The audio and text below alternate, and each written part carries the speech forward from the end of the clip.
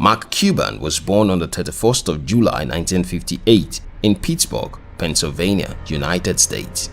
His father was an upholsterer, while his mother never had a specific choice of career throughout her life. Mark grew up in a working-class Jewish family, and he started developing an entrepreneurial spirit from the age of 12 when he sold garbage bags so he could realize enough money to buy a pair of expensive basketball shoes. Throughout his teenagehood, Mark was engaged in various types of petty businesses, from selling stamps and coins to becoming a paper boy. At the age of 24, he moved to Dallas, Texas after graduating from the Kelley School of Business with a Bachelor's of Science degree in management.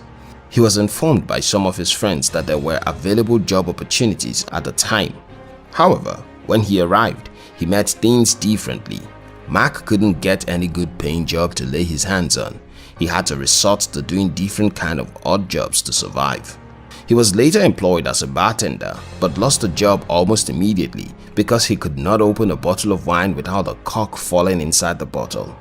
After leaving the bartending job, Mark luckily got another employment offer to work in a fast food restaurant. However, he wasn't a very good cook. Mark couldn't know when the food was ready except he cut a piece and tested it. This made him so incompetent, impelling his boss to fire him.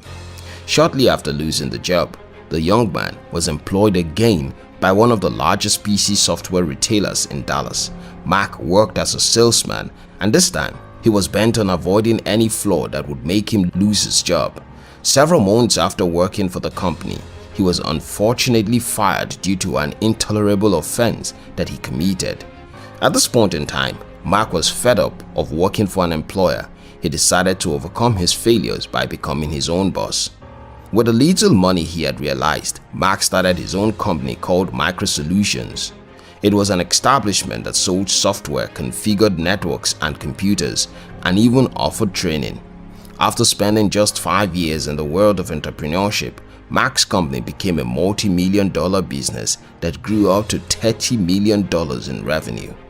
He later sold the company for a huge fortune and built another company, Broadcast.com, which was worth over $5 billion at the time he sold it as well to Yahoo in 1999.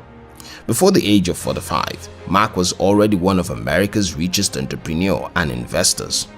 It's technically impossible to live your entire life without being confronted by failures.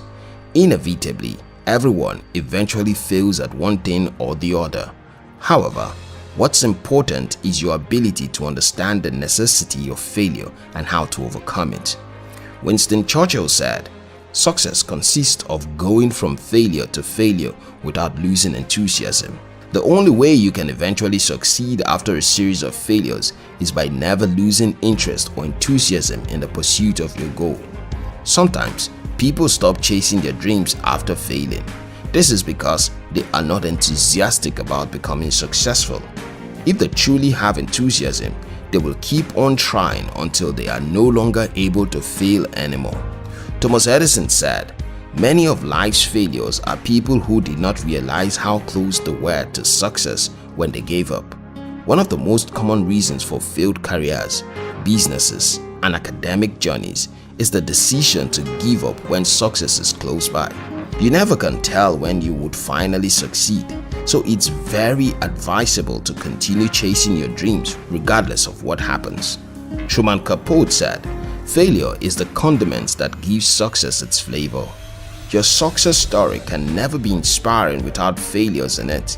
If you become a successful individual without facing roadblocks and objections, then there would be nothing to learn from you and nothing to make you feel that you deserve that success.